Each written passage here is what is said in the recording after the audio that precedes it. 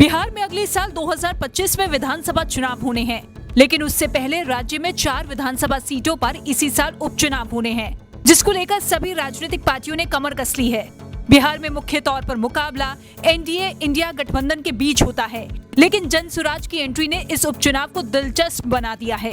लेकिन सवाल ये है कि क्या प्रशांत किशोर की जनसुराज पार्टी वाकई जीतने का दम रखती है, या फिर राजनीतिक पार्टियों का सिर्फ खेल बिगाड़ेगी, यानी कि वोट कटवा पार्टी बनेगी।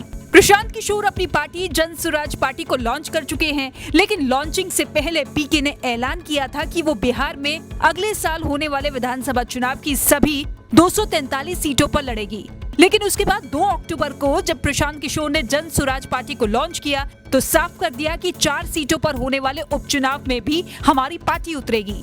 हमें 2025 तक नहीं रुकना, हम बिहार की सभी पार्टियों को कड़ी चुनौती देंगे। अगर हम ये उपचुनाव जीतते हैं तो इसका सीधा मतलब ये होगा कि बिहार में दूसरी पार्टियों का सफाया शुरू हो जाएगा और फिर हमारा लक्ष्य 2025 का रहेगा।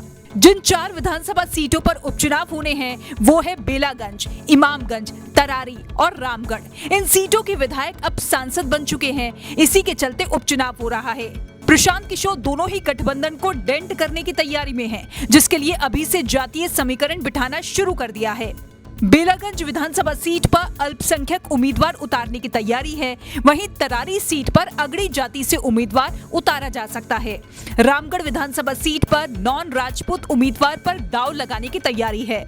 इसी के साथ जब पीके ने जनसुराज यात्रा शुरू की 2022 में, तो उन्होंने राज्य के गांव-गांव का दौरा किया, छोटी-छोटी सभाओं को संबोधित किया और लोगों से मिलकर उनसे सीधा संपर्क साधने की कोशिश की, जिसके जरिए जनता के दिल में उनकी छवि गड़ जाए। और यात्रा के ठीक 2 साल बाद इस साल गांधी जयंती पर उन्होंने अपनी राजनीतिक पार्टी शुरू करने का ऐलान किया। चुनाव में उतरने के साथ पीके की पार्टी जनसुराज पार्टी की लाइन लेंथ भी सेट है, जिस पर प्रशांत किशोर का कहना है कि समाज में 5 समूह है: सामान्य, ओबीसी, ईबीसी, एससी, एसटी और मुस्लिम।